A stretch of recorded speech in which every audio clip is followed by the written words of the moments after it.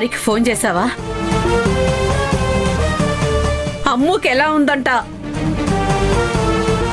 అడిగేది నిన్నేనే. మాట్లాడవేంటే? కన్న తల్లికి దూరం చేసి కూతుర్ని తీసుకెళ్లిన వాళ్ళని ఏమని అడగమంటావమ్మా? నోరు మూయవే, ఏదేదో మాట్లాడుకో. తప్పంతా నీ వైపు పెట్టుకుని వాళ్ళ మీద పడి ఏడుస్తావేంటి? ఒక తల్లిగా నువ్వు అమ్ము గురించి పట్టించుకొనుంటే తనకి ఈరోజు ఇలాంటి పరిస్థితి వచ్చేదా? అమ్మా ప్లీజ్ అమ్మా, ఇప్పటికే నా మనసేం బాగాలేదు. నువ్వింకా నీతులు చెప్పకు. ఆ లక్ష్మి ఇంటికొచ్చిన దగ్గర నుంచి అందరితో మాటలు పడాల్సి వస్తుంది.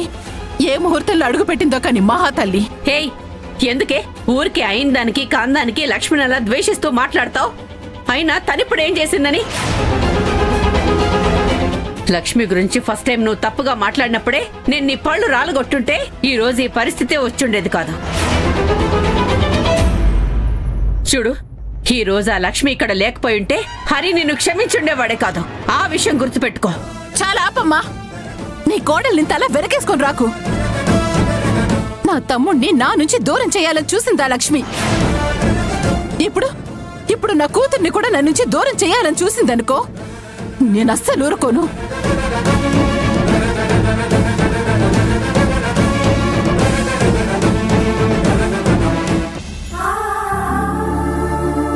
పాపం వాతిన నిద్రపోయిందో లేదో అమ్ము గురించి ఆలోచిస్తూ ఉంటుంది.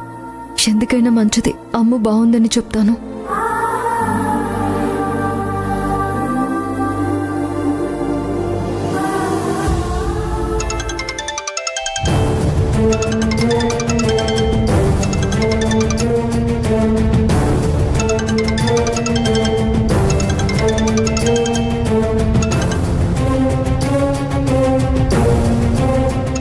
నీతో మాట్లాడాల్సిన అవసరం లేదు.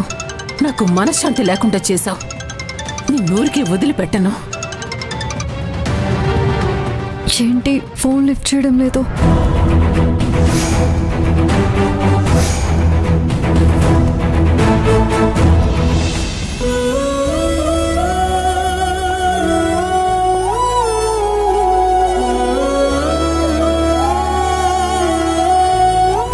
టాబ్లెట్స్ అన్ని దొరికాయా? దొరికే లక్ష్మి.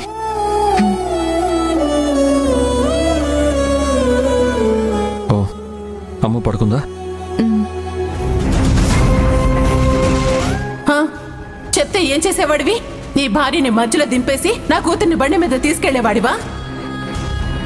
రాను రాను నేను నా కూతురు ఈ ఇంట్లో లోకమైపోతున్నావు. ఇంకా మీరు వదిన గురించి ఆలోచిస్తున్నారా? అవును లక్ష్మి, ఆ అక్క అన్న మాటలు నేను అస్సలు జీర్ణించుకోలేకపోతున్నాను. చూసారా అక్క కోపానికి పాపం అమ్ము ఎంత ఇబ్బంది పడుతుందో. అసలు ఇలా అంత దూరం నడవడం మనకే కష్టంగా ఉంటుంది.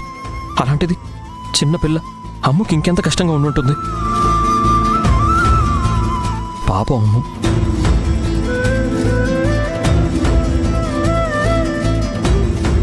అసలు అమ్ము ఇన్నాళ్ళు బాధని భరించడమే ఎక్కువ. అలాంటిది అమ్ము మీద చేయి చేసుకుంది. అందులో వదిన తప్పేమీ లేదండి. తప్పంతా మనదేనండి.